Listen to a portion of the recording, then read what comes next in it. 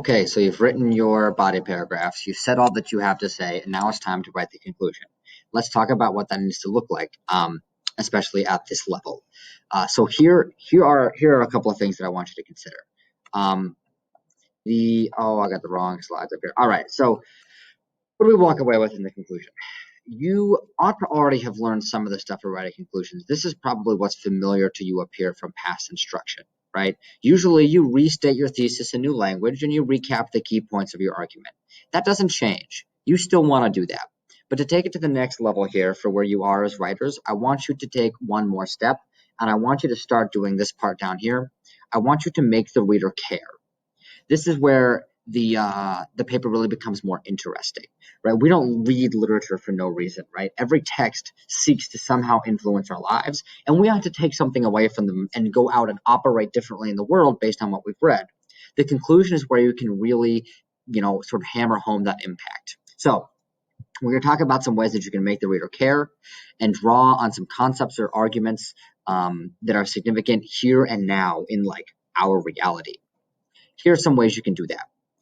First, revisit the so what factor sort of in your thesis here. Here's what the book is saying. So what? How do we as modern Americans live our lives differently based on this so what factor? Consider a call to action, telling your audience what they ought to do next, how they should live their lives differently. You can consider a relevant, inspiring, or cautionary quote from outside the text, sort of like you have in your introduction.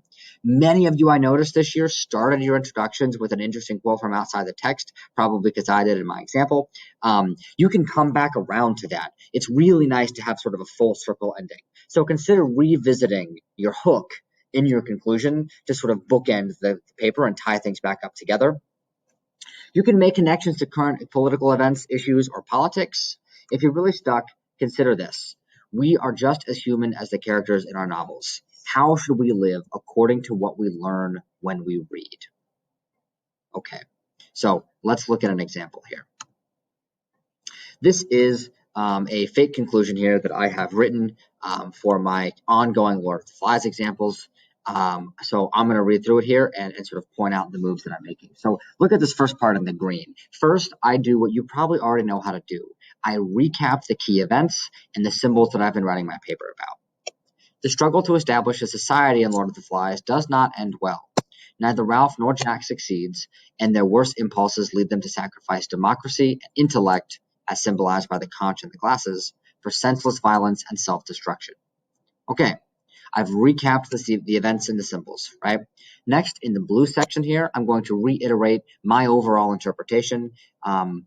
Ultimately, Golding is arguing that power always corrupts humans. The moment Jack leads his own group, the power goes to his head. Okay, I haven't done a fabulous job of recapping my whole argument, but I've sort of at least tried to take it back to my thesis and hit that home again here.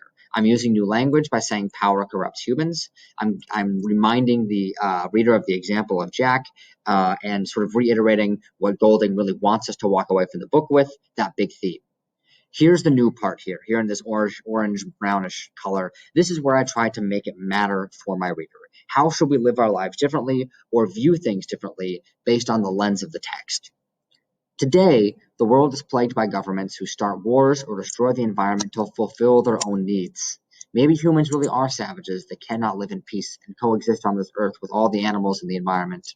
It is possible that Golding's cynical view of us is accurate, but it's just as possible that his own experiences lead him down a dark viewpoint that we don't need to embrace. After all, we have the power to choose our own paths. So I sort of look outward at the current world and think about humans having a difficult time coexisting with each other and the environment, and I take almost that sort of environmentalism angle. When you are doing your own conclusions, think about ways that you can look at relevant things right now and how people are treating each other or not treating each other or politics or any of that sort of business, and make the argument matter. The human condition is universal. It hasn't changed a lot in the time that we've been around, and we can learn something from everything we read. So what is it? What are we taking away from Gatsby? How does it tie into your argument? Just in case you'd like to look at another example, the next slide here has an example of a second conclusion from a student paper on the book Into the Wild. You haven't read Into the Wild, and you may not read Into the Wild, and that's okay, but I just thought maybe you'd like to look at another good example of making a text matter. So you can take a look at that one if you'd like. Otherwise, you've got this Lord of the Flies example up here in the slides. Feel free to use it when you're working on your own conclusions, and let's see what we can do. Again, I want to remind you that if you open with an interesting outside quote or some sort of hook, tying back around to that hook and sort of finishing up your thoughts on it, given what you've just run through in your book, is a really great move. All right, let's write some conclusions.